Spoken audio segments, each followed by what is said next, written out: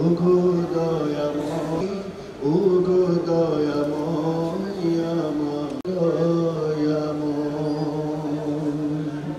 বন্ধুদের অসংখ্য ধন্যবাদ। আমাদের আজকের এই রোপণ সম্মেলনে আপনাদের একটু সামনে এ পর্যায়ে আমরা বলেছি একটি অবাধ, নিরপেক্ষ, গ্রহণযোগ্য, অংশগ্রহণমূলক নির্বাচনের মধ্য দিয়ে নির্বাচিত জনপ্রতিনিধির হাতে ক্ষমতা হস্তান্তরের জন্য যতটুকু যৌক্তিক সময় প্রয়োজন হয় এই অন্তর্বর্তীকালীন সরকারের, ততক্ষণ আপনি প্রয়োজনীয় সংস্কার কাজগুলো দ্রুত সম্পন্ন করে জাতির আশা আকাঙ্ক্ষা পূরণের জন্য একটি জাতীয় নির্বাচনের পরিবেশ সৃষ্টি করুন। এবং সেই কাজে জামায়াত ইসলামী অন্তর্বর্তীকালীন এই সরকারকে সব ধরনের সহযোগিতা দিতে প্রস্তুত আছে। বর্তমান অন্তর্বর্তীকালীন সরকারের প্রধান উপদেষ্টা নোবেল বিজয়ী প্রফেসর ডক্টর মোহাম্মদ ইউনূস সাহেব জামায়াত ইসলামীকে আমন্ত্রণ জানিয়েছিলেন রাষ্ট্রীয় অতিথি ভবনে। তার এই সরকার পরিচালনায় তিনি আমাদের কাছে সহযোগিতা চেয়েছিলেন। আমাদের সম্মানিত আমিরে জামাত বাংলাদেশের রাজনৈতিক নেতৃত্বের মধ্যে সবচেয়ে আলোচিত, সবচেয়ে বড়, সবচেয়ে মানবিক নেতা ডক্টর শফিকুর রহমান, তার নেতৃত্বে আমাদের প্রতিনিধি দল প্রফেসর ডক্টর ইউনূসের সামনে আমরা কয়েক দফা নির্ধারিত সুপারিশ পরামর্শ আমরা রেখে এসেছিলাম। তিনি বলেছিলেন আপনারা আমাদেরকে সহযোগিতা করুন। আমরা বলেছি আমরা আপনাদের সহযোগিতা করতে প্রস্তুত আছি। ফলে আমরা আমাদের সেই প্রতিশ্রুতি রক্ষা করে যাচ্ছি।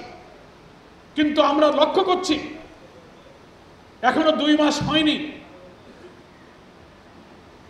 একটা অরাজনৈতিক সরকার ক্ষমতায় এসে নতুন রাষ্ট্র বিনির্মাণের প্রচেষ্টা যখন চালিয়ে যাচ্ছে, শুরু থেকেই এই ছাত্র জনতার বিপ্লবকে ধূলিসাৎ করার জন্য একটি পাল্টা প্রতি বিপ্লবের চেষ্টা করা হয়েছিল।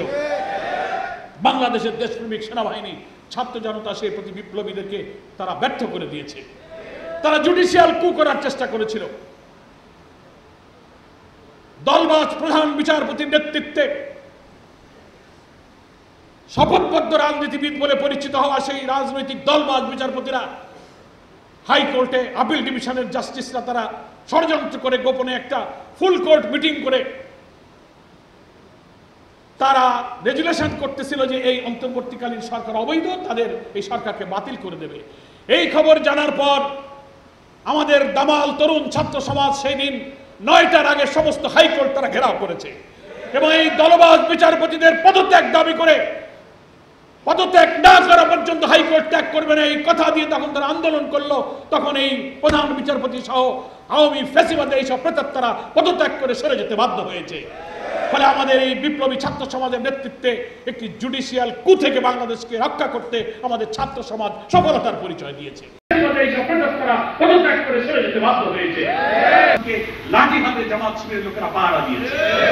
সামনে সবার বাঁচার যখন কিছু পায় না, তখন একটু ভাসমান শাসক ছোট ছোট অরাজক কথা, তুচ্ছতা আমরা যখন কমতি না করি, এই নিয়ে আমাদের শুকর আমরা যেন আদায় করতে পারি, তাহলেই আমাদের এবং সাংবাদিক বন্ধুগণ, আমি শুরুতে দেশ ও জাতি বিশ্বমানের থার্মিক্স রড, সালাম স্টিল থার্মিক্স, দেশের একমাত্র থার্মিক্স রড।